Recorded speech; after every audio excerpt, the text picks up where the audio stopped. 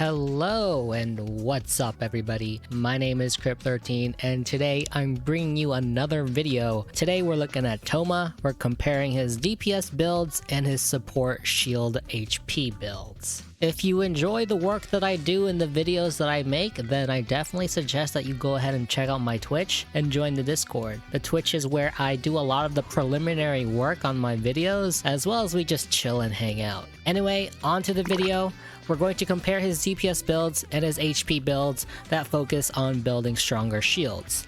This video is hopefully going to show you how much damage you're going to lose if you focus more on the shield aspect of his kit, and likewise, how much shield you're going to lose if you focus on the damage aspect of his kit. And maybe by the end of this video, perhaps it'll spark some ideas to help you build them somewhere down the middle. So there are a whole lot of builds that we can look at today, but there's just so much that I gotta set a limit for myself. So the first thing that we're going to be looking at is just a regular Sans HP percent build. So we're going to be running HP percent on our Sans piece, and then on our goblet we're going to go with a pyro damage goblet, and then after that we're going to run some kind of crit on our circlet. For weapons, we're going to be taking a look at the Deathmatch and the Black Tassel. The other set of builds is a full-on HP percent build. So we're going to be running HP percentage on every single artifact piece. This is really going to help us out with those shields, and the point of this is to compare how much damage loss we're losing if we decide to run HP percent on all of our artifact pieces. Weapons are going to be exactly the same. We'll look at Deathmatch and Black Tassel and see how they compare. And then lastly, for our DPS builds, we're going to be running just classic DPS. So attack percentage on our Sans, pyro damage on our goblet, and then crit on our headpiece. We're also going to be taking a look at quite a few different combinations of artifact sets. We're going to be looking at Crimson Witch with Noblesse Oblige. We're going to be looking at Crimson Witch with Gladiator's Finale. We're going to be looking at the 4-piece Crimson Witch, and likewise with the other builds, we're going to be swapping out the Deathmatch and Black Tassel. All of these calculations, as well as a level 80 Thoma, with talents being level 8 and level 8 for everything. He's also just going to be a C0 Thoma, so no constellations as well. We've got some substats, so we have extra HP, attack percentage, and a little bit of crit calculated as well. Now, a little bit more specifically, when we are taking a look at his DPS builds, when we run the Deathmatch, we are actually using a crit damage circlet, and then when we run Black Tassel, we are going to be running crit rate. With all of the HP percentage builds, we're always running crit rate. There ends up being about a 5% crit rate difference on our DPS builds between the Black Tassel and the Deathmatch, the Deathmatch having about 5% more crit rate. And since we run crit rate on our HP builds and full HP builds, it ends up skewing our crit rate a little bit, but since we're looking at average damage, it's still going to give us an accurate look at how these builds compare relative to each other. So with all of the logistics out of the way now, strap in guys, because we're in for quite the ride. First off, I'm just going to be giving you an overview. This is the highest level with everything plotted, no reactions, vaporize, melt, and just one instance of damage from every skill in his kit. So obviously this graph is not enough to tell us everything just yet, but we can kind of get a picture and a good idea from looking at this. I'm going to drill down into this in just a little bit.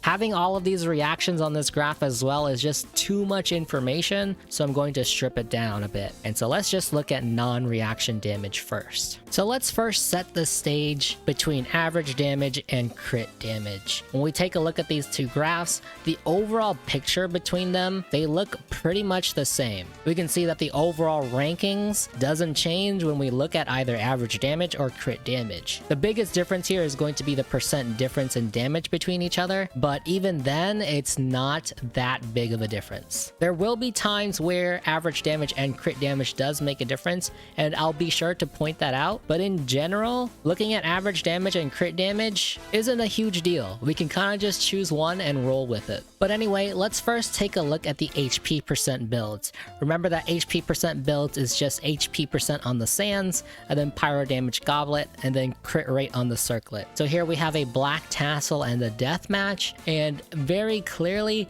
we can see that the Black Tassel does a lot less damage than the Deathmatch. This of course is taking a look at just the average damage and when we are just taking a look at one instance of every damage in his kit. So the Fiery Collapse, the burst skill damage, and the E skill. Even though we build a ton of HP with the Black Tassel, the passive skill that Thoma has that increases the damage of his Fiery Collapse still isn't enough to match the damage of an HP percent build even if you run the Deathmatch on it. So Fiery Collapse HP percent build with Deathmatch still does stronger Fiery Collapse damage, and Fiery Collapse damage is the main part of Thoma's damage output. And since we're only looking at one instance of damage here, let me move on to a graph that shows 10 instances of the Fiery Collapse. And the reason why I'm showing just 10 instances is because in realistic situations, you might not hit every single Fiery Collapse, especially when you're switching characters and using the skills on other characters. You're not going to actually see all 15 hits of the Fiery Collapse. So we're going with 10 just to be on the safe side. And 10 is also just a very easy number to work with. So when we look at average damage for 10 ticks of Fiery Collapse, you can still see that not much changes. In fact, almost literally nothing changes in terms of picture here. Some of the gaps become a little bit more pronounced in the DPS builds, but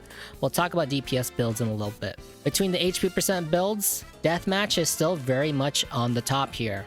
But here is a case where we should actually maybe consider looking at crit damage. So taking a look at crit damage now, you can see that the Black Tassel becomes a little bit more closer to the Deathmatch. This is because when we just hit straight up crit damage numbers, the Black Tassel crit damage numbers is actually pretty close to the Deathmatch crit damage numbers. But since the Deathmatch build has more crit rate, that's why when we looked at average damage, it was dealing a lot higher damage output. So you do need to consider your crit rate and average damage in that case. But you know, since crit really is RNG, you can get pretty lucky with this Black Tassel build and deal very similar damage to a Deathmatch build. Now when we actually look at percent damage difference between the Black Tassel and Deathmatch HP percent builds, when looking at crit damage, there's about a 7% damage difference. That's not huge, but 7% is going on to 10%, and I think that once you hit 10%, that's worth considering making a change in your build. When we look at average damage between our Fiery Collapse 10 ticks damage, there's about a 25.5% damage difference. So in terms of average damage, it is quite a significant gap. I think at that point, it is probably definitely worth considering changing your build here. But now, why am I not considering the E skill damage and the burst skill damage? Well, just because it's just one instance and it's not going to be very huge. We can certainly look at the damage difference, but since it just happens once and the scaling on it is pretty low, I do think that it is going to be quite negligible compared to the Fiery Collapse. But now, what about shield strength? So moving on to our shield absorption comparisons, looking at the HP percent builds, obviously the Black Tassel is going to be stronger, but just how much stronger is it? So this chart plots both of the shield absorptions, so its base and its max absorption. So when it comes to the max absorption, the percent difference here is about 15.9%. We can just call that 16%. So between choosing damage and shields, Deathmatch is going to give you a lot more damage, 25% more average damage, but you're going to be losing about 16% of your shield health. And with level 80 and the parameters that I'm using, an HP Sands and a couple of substats, that's about 2000 HP. Going back to the crit damage graph really quickly, if I had swapped in crit damage circlet on this Deathmatch build, then this graph probably would have looked more similar to the average damage chart, since our crit damage numbers would actually be higher. So just a quick note on that, but since I ran crit rate on the Deathmatch build, that's why we saw that difference more pronounced on the average damage versus the crit damage chart. So taking a look at the full HP percent builds, it's pretty much the same story as what we just saw. Deathmatch deals more damage. And when we take a look at crit damage, Black Tassel does come pretty close, but that's because I wasn't running crit damage circlet for the Deathmatch. So the story stays pretty much the same. I don't think I need to go through it again, but let's quickly just go over the percent difference between these two builds. Our Fiery Collapse damage is now a 28% difference versus the 25 that we saw earlier, so slightly more in favor of the full HP percent Deathmatch build here. In terms of shield strength, there's now about a 12% damage absorption difference here. In terms of actual health numbers, again, it's pretty much about 2000 HP. So what build should you choose? Honestly, I think it's a pretty hard call. For example, if you just want to build all in on shields, then the full HP percent build with Black Tassel is pretty good. You are potentially building a shield that can cover the entirety of the average character's health pool. That's if you can hit max stacks. And remember that Thoma's shield is not a one button and then get all of the shields at once. It's a shield that grows in power as you deal more normal attacks. So if you aren't using your normal attacks as much, then you aren't actually going to be hitting that cap, and you won't ever truly be at that cap because you can only hit that cap once you actually do enough normal attacks within that time frame. And within that same time frame, you're going to be getting hit and the HP of your shield is going to be going down at the same time. So it's a little bit weird in that way, but just keep that in mind. If you wanted to go just middle of the pack, I think that either a Sans HP percent build or a full HP percent build with Deathmatch are both pretty good options. Obviously, the full HP build will deal slightly less damage, about 12% less damage when you run full HP percent, but it's going to have better shields. About a 29% better shield. I think 29% is pretty significant, so I might choose the full HP percent build and go for a little bit more of a stronger shield and sacrifice that damage a little bit more. So those were HP percent builds. Let's now move on to DPS builds. We have a lot of DPS builds to look at, so let's just start on the left and move our way down to the right. We're just going to be taking a look at average damage here, and between the first 3 builds, 2-piece Crimson Witch, 2-piece Noblesse, 2-piece Crimson Witch, 2-piece Gladiator, and 4-piece Crimson Witch, they are dealing all pretty similar damage, especially the 2-piece Crimson Witch and 2-piece Gladiator with the 4-piece Crimson Witch.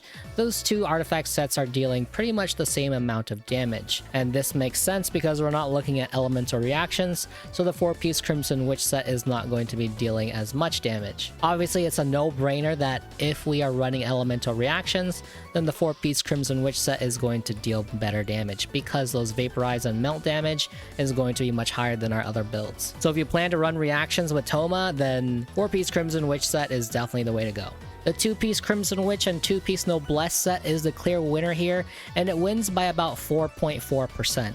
So we aren't quite reaching 5%, so I wouldn't consider this a huge damage difference. So really we can go with either 3 of these artifact sets and feel pretty good about it. Definitely just go with whichever one has the better subsets. 4-piece Crimson Witch is going to be a little bit more flexible though, since you can run elemental reactions. Also remember that these DPS builds is running the Deathmatch with a crit damage circlet. So what I did here is I added another DPS build, but we swapped the weapon for a Black Tassel and put on crit rate circlet. That's because Black Tassel definitely needs that crit rate, or you're just not going to be hitting any crit numbers at all. So when we take a look at that, in terms of damage, it is definitely the lowest performing, and that should make a lot of sense because we're running Black Tassel and it doesn't actually give us more damage or crit. But the point of this was to see if our shields was any better. So when we take a look at that shield graph again, you'll see that the Black Tassel does have slightly better shields. The DPS build with Black Tassel has about a 20.5% better damage absorption on its shields than just the DPS builds with Deathmatch.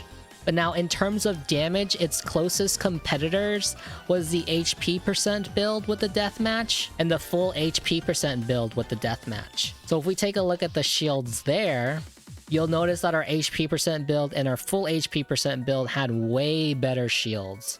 And the HP percent build with Deathmatch also had better damage. All in all, I would just not run Black Tassel DPS builds. It's just not very good. It is much better to just go for an HP percent build with a better weapon.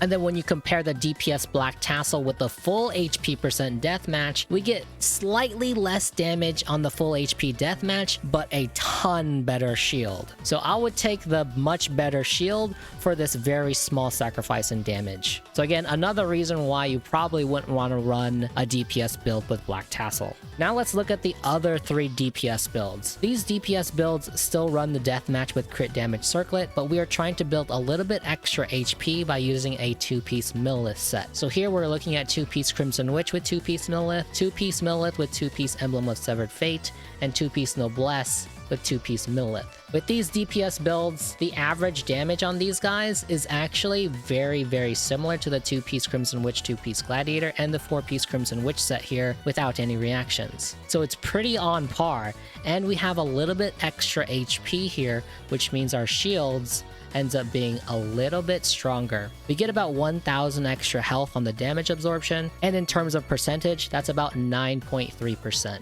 2-piece Milelith with 2-piece Emblem of Severed Fate has the lowest damage. When we compare that and our best DPS build, there's about 16.9% damage difference between those two. And again, about a 9.3 damage absorption difference. Running 2-piece Emblem of Severed Fate helps with our energy recharge though. And that kind of leads into our next section, and that's the fact that Thoma is probably going to require a decent amount of energy recharge to function properly. His elemental burst is an 80 cost burst, and without any energy recharge, you're going to be starving for energy and having issues casting his burst. And his burst is where pretty much most of his damage comes from. So if you're not casting it as often as you should be, then you're losing out on a lot of damage as well as that shield. So since all of these builds that we just looked at has very low energy recharge, this potentially doesn't mean anything. So if we move to our next trial, if energy is required for Thoma, I'm going to be doing sub DPS builds here with a Favonius Lance. That's not to say that the patterns that we just established before is completely useless. It's just the fact that now we have to factor in energy recharge into these builds. So taking a look at these sub DPS energy recharge builds,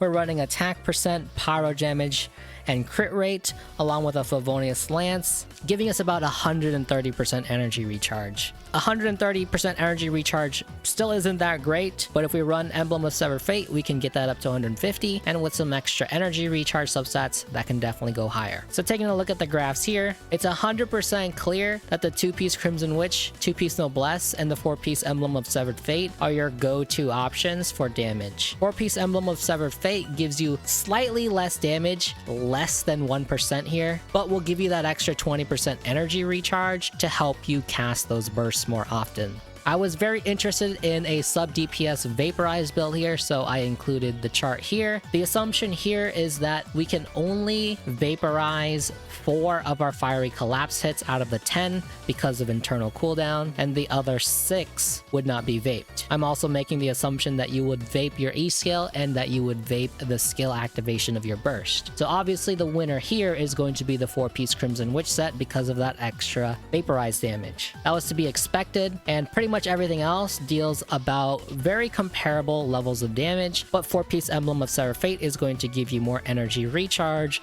so that you can cast those bursts more often. So 4-piece Emblem of Severed Fate definitely seems to be the way to go if you're going for damage. It's definitely the best middle ground for damage and consistency. 4-piece Crimson Witch set for just pure damage. In terms of vaporize, of course. And then 2-piece Crimson Witch and 2-piece Noblesse just in terms of pure damage, although it's just very slightly ahead. Very slightly. Our shield absorption here is pretty weak because we're not running any kind of extra HP, so it's not really worth talking about. Your shield health is going to be exactly the same as your DPS builds that we just looked at earlier. There are a couple of other builds that we could potentially look at here. We could definitely try to run ER Sands or HP percent Sands for this Favonius Lance build. That way we get better shields or better energy recharge for more consistent elemental bursts or stronger shields. So I'm not going to be looking into those builds today, but if there is enough interest, I could perhaps make a follow-up video showing those 2 types of builds. Just let me know down in the comments if that's something that would be interesting to see and which kinds of artifact combinations you would like to see for those builds as well. Okay, now moving on to the last section of this video, and I thought that this would just be a fun build. I have no idea how viable it's going to be, but it sounded pretty interesting. And that's going to be a C6 Bennett Infusion build. And this is going to infuse Thoma's normal and charge attacks with pyro, as well as give him an extra 15% extra pyro damage bonus. So with these builds, we are running a full-on DPS build with 10 ticks of Fiery Collapse, and we're running crit damage on our headpiece, and we're taking a look at a bunch of different builds here. The thing to note here is that I added the Shiminawa set. Shiminawa set deserves a shout out, but also an asterisk, because with Shiminawa, if you don't have enough energy recharge, you cannot cast your burst, and if you cannot cast your burst as Thoma, then you are dealing significantly less damage. So if you find that you do not have enough energy recharge to support 4-piece Shiminawa, then you might not want to run it, even if your normal and charge attacks are that much stronger. So when we take a look at the graph for a Bennett Infusion Vape build, we can kind of see how much damage we're dealing with every part of this kit. The Fiery Collapse here makes an assumption that we are vaping 4 of those Fiery Collapses and not vaping 6 of those Fiery Collapses due to internal cooldown. So when we look at it here, the story pretty much stays the same as we saw with the sub DPS build. 4-piece Crimson Witch set is the winner in terms of elemental reaction damage. And then what comes really close is basically everything else. 4-piece Emblem of Severed Fate always gives the least amount of damage, but it trades that for more uptime on your elemental burst because of the extra energy recharge. 4-piece Shiminawa, with its insanely strong normal and charge attacks, still isn't enough to beat even the 4-piece Crimson Witch set. 4-piece Crimson Witch set just boosts our elemental reaction damage so much. And the asterisk that we have to consider here is that with Shiminawa, if you don't cast your burst, then you're going to be dealing significantly less damage. So I think even with that 50% boost in normal and charged attacks, Shiminawa is still not quite the artifact set that you want to run. Obviously, this graph doesn't show multiple normal or charged attacks because we don't know how many normal and charged attacks he can actually output when he's on the field. So anyway, that's just a quick look at the potential of a Bennett Infusion build. There's still just a lot of unknowns with this, so we can't really go too much into the weeds here, but perhaps we can do a showcase when Thoma actually comes out and see how this performs. So if you're also interested in that, let me know down in the comments and maybe we can do a YouTube video on that. So as we're wrapping up here, the shield absorption and the max shield absorption that we took a look at today did not consider the extra 25% shield strength that he gets from his passive or the multiplier he gets versus pyro attacks. So when you consider all of that, his shield HP is a lot stronger. So that percentage difference that we looked at, the actual health for that is higher when you consider the extra 25% shield strength. But in terms of actual percentage, that's going to stay the same. So keep that one in mind. But anyway, with all of that said, that's the end of the video. And there are a bunch of other kinds of builds that I didn't look at, but I do think we got a pretty good and fairly solid idea on how Thoma can be built. Again, if you have any other ideas for builds or interesting comparisons, let me know down in the comments below. Also, let me know how you guys plan to build your Thoma. And if you made it this far into the video, thank you so much. I appreciate it. And if you like this type of content, then don't forget to hit the like button and maybe even consider subscribing to my channel. And until next time, guys, I will see you guys later.